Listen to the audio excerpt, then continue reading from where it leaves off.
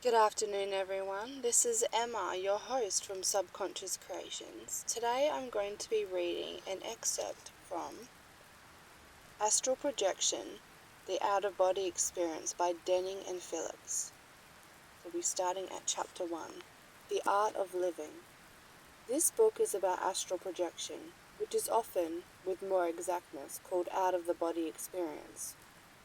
By each of these terms, we mean the condition in which the physical body is passive, as if sleeping, while the conscious mind is aware of what goes on, but from a different viewpoint from that of the physical body. This book is also to tell you how to achieve that kind of experience at will.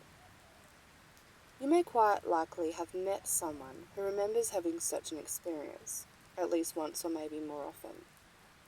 You may have had such an experience yourself, without quite knowing how it came about.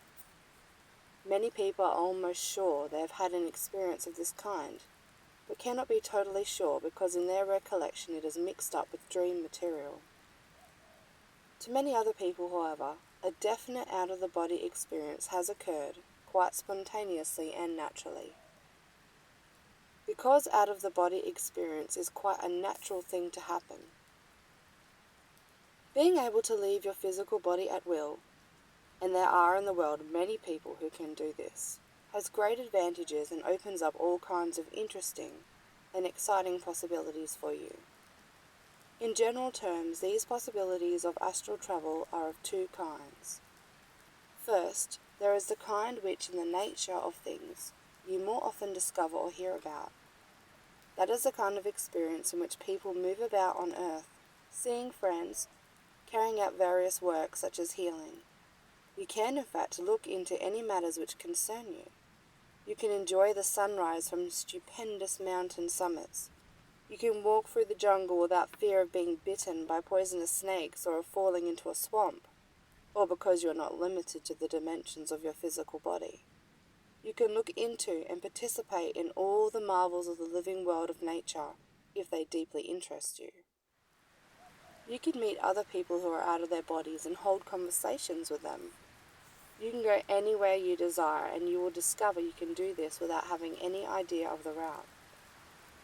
Then there is the other kind of adventure, in which you travel, not in the material world, but in the astral world, which is just beyond the material world.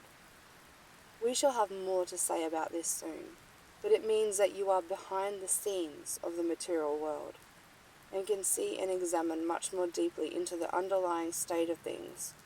Sometimes, if you wish, you'll be able to change things at that level, and the result, as you will afterwards see in your everyday life, will be a real change on the material level. Repeat, the result will be a real change on the material level. Do you realize what this can mean for you? There are two more facts which we should like to state now about that aspect of astral projection. One of these facts you will understand better after considering the nature of the different worlds which we shall describe in the course of this first chapter. It is that the higher the level from which you can bring about this change, the better and more lasting are its effects in the material world likely to be. The second fact is that it is quite natural for people to work in this way upon the causes of events that take place in the material world. It is so natural indeed that we do it to some extent all the time without even leaving our bodies. Unfortunately, when acting in this way, we generally do it weakly and clumsily, without much idea of what we are about. And, as can be frequently be seen, there is a danger that by thinking too much in the wrong way, we may bring about the very thing we are anxious to avoid. Fortunately, it is in our power to counteract any tendency of this kind, by getting out of our bodies and working strongly on the problem at a level where we can see what we are doing. But looking behind the scenes at the causes of things can have a much greater value than simply enabling you to alter them. In fact, as you gain more experience, one definite result will be that you will learn to live in your daily life in such a way that there will be less and less that needs changing at other levels. You will be learning the art of living, and of living your particular life so as to be you to the uttermost. All this, besides having the real fun and delight of mastering the art of astral projection, you have all the necessary equipment. In psychological writings, the human psyche, that is, the non-physical part of a living human being, is usually described as having conscious and unconscious or subconscious areas according to the writer's background of training. From our point of view, it is a good idea to state at the outset that the term unconscious only means not within the awareness of the central consciousness, and to recognize that a life function thus called unconscious may know very well what it is about at its own level.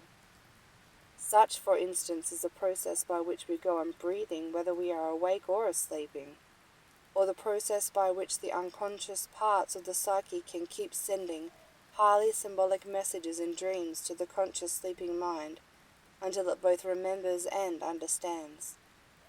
In the ordinary present-day human adult, consciousness during the waking state is more or less limited to the following. 1. Dim awareness of mental images and abstract notions in continual flux. 2. Deliberate structures of thought, partly rational, partly emotive. 3.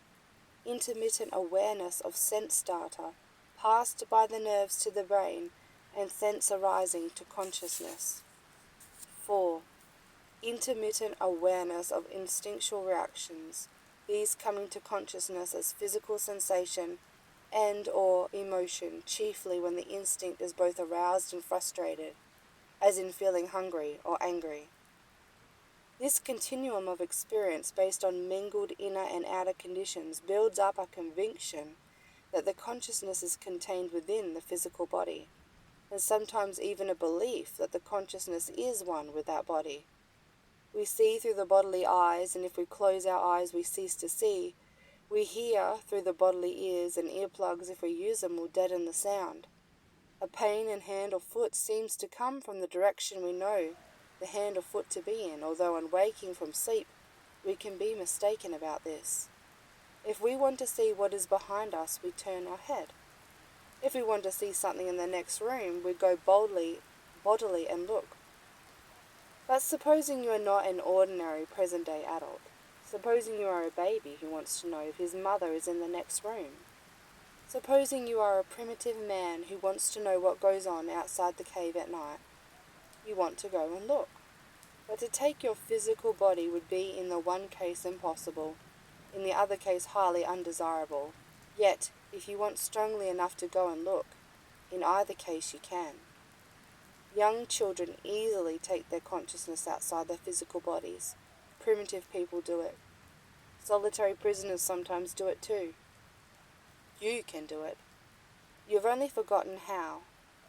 Modern means of transport and communication have helped you to forget, and worst of all, somewhere along the line you have probably been told that it's impossible. Nobody has told that to the primitive man, so he goes ahead. Nobody has told that to the baby yet. The prisoner has left off caring what anyone told him. He just naturally uses the faculties which couldn't be taken away from him. Pure consciousness has two ways of being aware of something outside itself. One of these two ways can be put right out of the picture at once, because it is the direct intuition which only belongs to the highly developed mystic. Quite a different thing from the intuition which people may have about a friend's illness or an impending disaster, but that doesn't come into our present inquiry either. The normal human way for consciousness to work and out-of-the-body experience is totally normal and human, is for it to work through a vehicle of some kind. We already know how consciousness works through the five senses: sight, hearing, smell, touch, taste, how it works through the nervous system and brain of the physical body. So how else is it able to work? To answer this, we need to know what else there is in all that makes up a person, that the consciousness can use as a vehicle. Here, it will be interesting and useful to introduce a few words from the mystical and occult tradition of the Kabbalah. This venerable wisdom has been found to correspond with the researches of modern psychology, showing an accurate agreement of findings combined with a fruitful contrast of approach and purpose. The diagram on the facing page gives all the terms we shall be using in these pages in connection with the psyche. It shows, for instance, how the popular term soul covers several quite different levels and functions of the psyche. An advantage of the more occult terms is that they help us to be more precise in saying what we mean.